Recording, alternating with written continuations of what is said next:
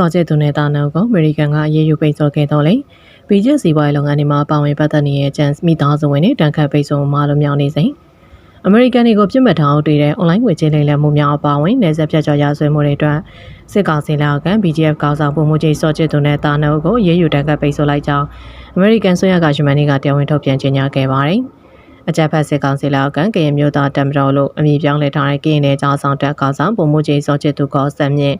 ၎င်းတို့မိသားစုနဲ့မဟာမိတ်တွေကတရားမဝင်လောင်ကစားရုံနဲ့စိုက်ပါလိမ့်လေလုပ်ငန်းတွေပါဝင်နိုင်ငံဖြတ်ကျော်ဒုစရိုက်စီးပွားရေးလုပ်ငန်းတွေကိုနိုင်ငံတကာရဲ့အပြစ်ပေးရေးယူခဲ့ရခြင်းကင်းလွတ်စွာနဲ့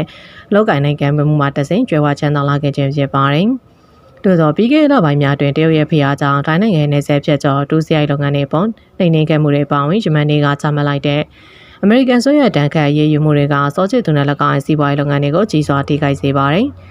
တချိန်တည်းမှာ BGF စီးပွားရေးအင်ပါရာမှာပါဝင်ပတ်သက်နေတော့လဲ BGF ခေါင်းဆောင်စောချစ်သူနဲ့ဇနီးသားသမီးတို့မှာအမေရိကန်ဆိုရရဲ့တန်ခတ်ပိတ်ဆို့မှုတွေမှာလွတ်မြောက်နေဆဲဖြစ်တယ်လို့မြန်မာရေးတက်ကြလှုပ်ရှားသူချို့ကပြောပါတယ်။အထူးသဖြင့်စောချစ်သူရဲ့သမီးဖြစ်သူအသက်28နှစ်အရွယ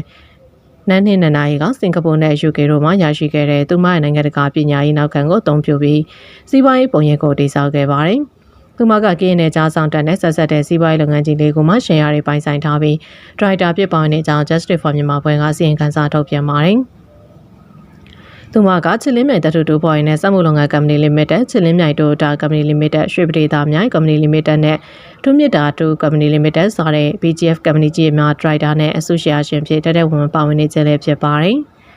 နန်းနေနနာရီကင်းနဲ့ကြားဆောက်တဲ့ BGF ရဲ့ရာဇဝတ်စီးပွားရေးကိုရမှာစင်မြင့်ရာတူနဲ့ပါဝင်ပတ်သက်နေမှုအတွက် BGF ကျူးလွန်တဲ့နိုင်ငံတကာရာဇဝတ်မှုတွေမှာကြံ့ရပါပတ်သက်နေသူဖြစ်ကြောင်းနဲ့ရင်းပေါ်တာဝန်ခံစီတင်ကြောင်း Justice for မြန်မာကထုတ်ပြန်ပြောဆိုပါတယ်။2021ခုနှစ်ဖေဖော်ဝါရီလဆီယနာသိမ်းမှုဖြစ်ပွားခဲ့ပြီးနောက်ပိုင်းနန်းနေနနာရီကနိုင်ငံဖြတ်ကျော်ရာဇဝတ်မှုတွေအတွက်နာမည်ဆိုးနဲ့ကြော်ကြားတဲ့နယ်စပ်ဒေသရှိကုန်းမှာသူမရဲ့စီးပွားရေးလုပ်ငန်းတွေကိုတိုးချဲ့ခဲ့ပါတယ်။သူမကတန်ဖိုးကြီးရေမွေတွေနဲ့နိုင်ငံသားအရက်တွေရောင်းချတဲ့ကုန်းဆောင်ဆိုင်ပြီးခဲ့တဲ့လပိုင်းတွေဖွင့်လှစ်ခဲ့တဲ့စားတောက်ဆိုင်များပါဝင်စီးပွားရေးလုပ်ငန်းတွေများစွာကိုတိုးချဲ့ဖွင့်လှစ်ခဲ့ပါတယ်။စောချစ်သူ၏ဇနီးနန်းခင်လှသူကတော့ BGF နဲ့ဆက်ဆက်စီးပွားရေးလုပ်ငန်းတွေမှာတရားဝင်ရှယ်ယာရှင်သို့မဟုတ်ဒရိုက်တာဖြစ်ပေါ်ပြခံထားခြင်းမရှိတော့လဲလူမှုကွန်ရက်မှာဖော်ပြထားတဲ့သူမရဲ့လူမှုရေးရာလှုပ်ရှားမှုတွေကြောင့်ဆိုပါစီးပွားရေးလုပ်ငန်းတွေမှာတက်တက်ဝင်ပါဝင်ပတ်သက်ကြောင်းတင်ရှားနေပါတယ်။သူမသည်ဆိုပါလုပ်ငန်းတွေမှာအကျိုးမြတ်ရရှိနေသူဖြစ်သလိုရင်းအကျိုးမြတ်တွေကြောင့်ကျဲဝချမ်းသာတဲ့စိန်ခံလူနေမှုပုံစံမှာနေထိုင်သူလည်းဖြစ်ပါတယ်။ယခုကစောချစ်သူနဲ့၎င်းရဲ့သားတွေကအမေရိကန်ပြည်အောင်စုရဲ့တန်ခတ်ပိတ်ဆို့မှုတွေချမှတ်ခံလိုက်ရပြီးဖြစ်တဲ့အတွက်နိုင်ငံပြင်ပရှောင်တိန်စရာနယ်မြေကျင်းမြောင်းလာပြီးပဲဖြစ်ပါတယ်။စောချစ်သူနဲ့သားများနေဖြင့်၎င်းတို့ရဲ့ရာဇဝတ်လုပ်ငန်းတွေအတွက်နိုင်ငံတကာတန်ခတ်ပိတ်ဆို့မှုနဲ့ရင်ဆိုင်နေရတော့လဲကြံရပါချက်မိသားစုဝင်တွေမှာပြစ်ဒဏ်ကင်းလွတ်ခွင့်ကိုဆက်လက်ရရှိနေစေပဲဖြစ်ပါတယ်။ရင်းချက်ကကင်းနဲ့ကြားဆောင်တဲ့ပေါ်ပုံမှုကျဲပြန့်လွှမ်းခြုံတဲ့တန်ခတ်ပိတ်ဆို့မှုတွေလွှမ်းနေကြောင်းဖော်ပြနေခြင်းဖြစ်ပါတယ်။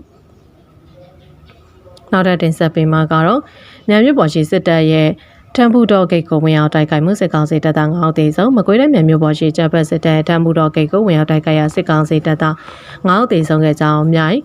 ကရတာ People Defense Force ဖွဲ့တာဝန်ရှိသူကပြောပါရယ်မေလတရနေ့မှာမြိုင်မြို့ပေါ်ရှိတပ်ဖက်စစ်တပ်ရဲ့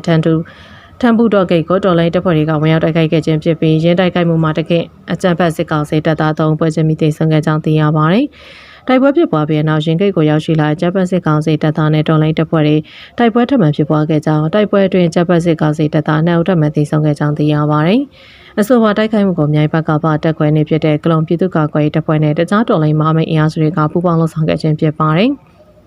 ဆက်လက်ပြီးစစ်ကောင်စီကယနေ့မနက်ပိုင်းမှာအပြည့်အကျဉ်းညာပြီးနောက်နထိုးချင်းမြို့နယ်မန်လေယာကိုလေးချောင်းနဲ့ပုံကျဲတိုက်ခိုက်မှုပြည်သူနောက်သေးဆောင်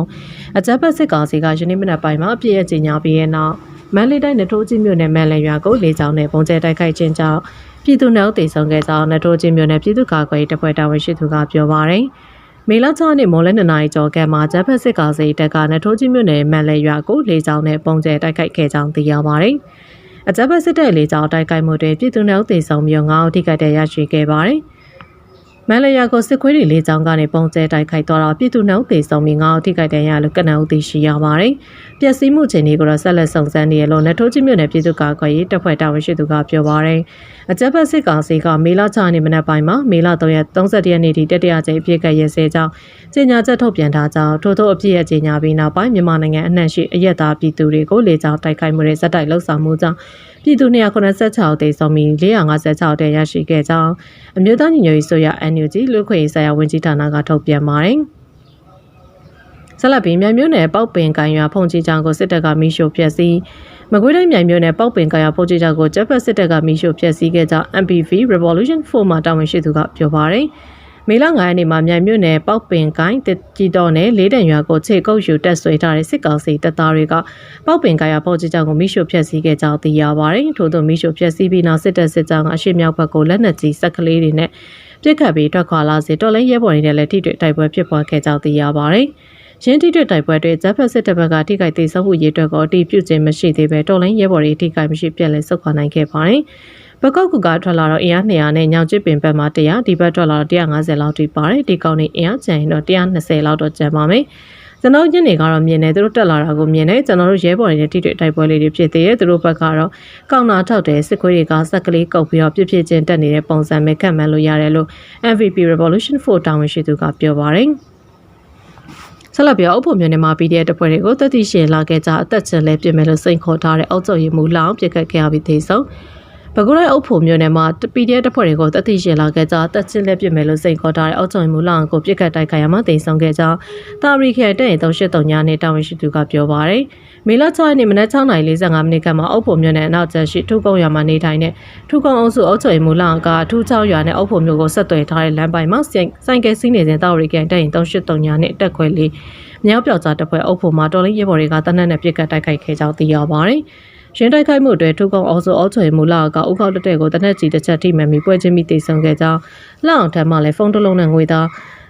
သိန်းကျပ်သိန်းစီရရှိခဲ့ကြောင်းသိရပါတယ်။တိတ်ဆုံတော့တဲ့အောချွေမူလာကပြည်သူတွေထံမှစစ်မှုတန်းကျေးဥဆိုကငွေကြေးတွေချိန်ချောက်ကောက်ခံခြင်းစစ်မှုတန်းကျေးမပေးတဲ့လူငယ်တွေကိုပေါ်တာဆွဲပြီးအတင်းကျပ်ဘန်ခေါ်ခြင်းတော်လိုင်းတပ်ဖွဲ့တွေကိုတက်တီရှင်လာခဲ့ကြအသက်ချင်းလေးပြစ်မယ်လို့ဆဲဆူစိန်ခေါ်ခြင်းပြည်သူတွေထံမှအကြောင်းမျိုးပြပြီးချိန်ချောက်ငွေတောင်းခြင်းလှုပ်ဆောင်နေကြတိုက်ခိုက်ခဲ့ခြင်းဖြစ်ပါတယ်။စစ်မှုထမ်းခြင်းမပေးတဲ့လူငယ်တွေကိုစစ်ခွေးတွေခေါ်ပြီးအုပ်ကြီးလာကရွာရီထဲဝင်ပြီးပေါ်တာဆွဲပါတယ်။သူ့ကြောင့်လူငယ်တွေဆိုတာအိမ်မှာမနေရလို့ထွက်ပြေးရတယ်။ထူကုန်းအုပ်စုထဲမှာငွေပေးလဲပေါ်တာဆွဲမပေးလဲပေါ်တာဆွဲ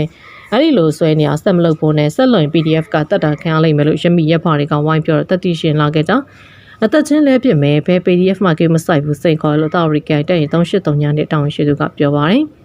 ဒါရီခဲတိုင်း383ညနဲ့တက်ခွဲလေးမြောက်ပြောက်ကြားတပ်ဖွဲ့အုပ်ဖို့တပ်ဖွဲ့နေပြည်သူများနဲ့တော်လိုင်းတပ်ဖွဲ့တွေကိုဒုက္ခပေးနေကြတဲ့ဂျပန်စစ်ကောင်စီနဲ့စစ်ကောင်စီတောက်တိုင်တွေကိုအရှိန်မြင့်တိုက်ခိုက်သွားပြီးဖြစ်ပြီးပြည်သူများအနေနဲ့၎င်းတို့နေသွားလာနေထိုင်ခြင်းလုံးဝမပြုလုပ်ကြတဲ့အသိပေးနှုတ်ဆော်ထားပါတယ်။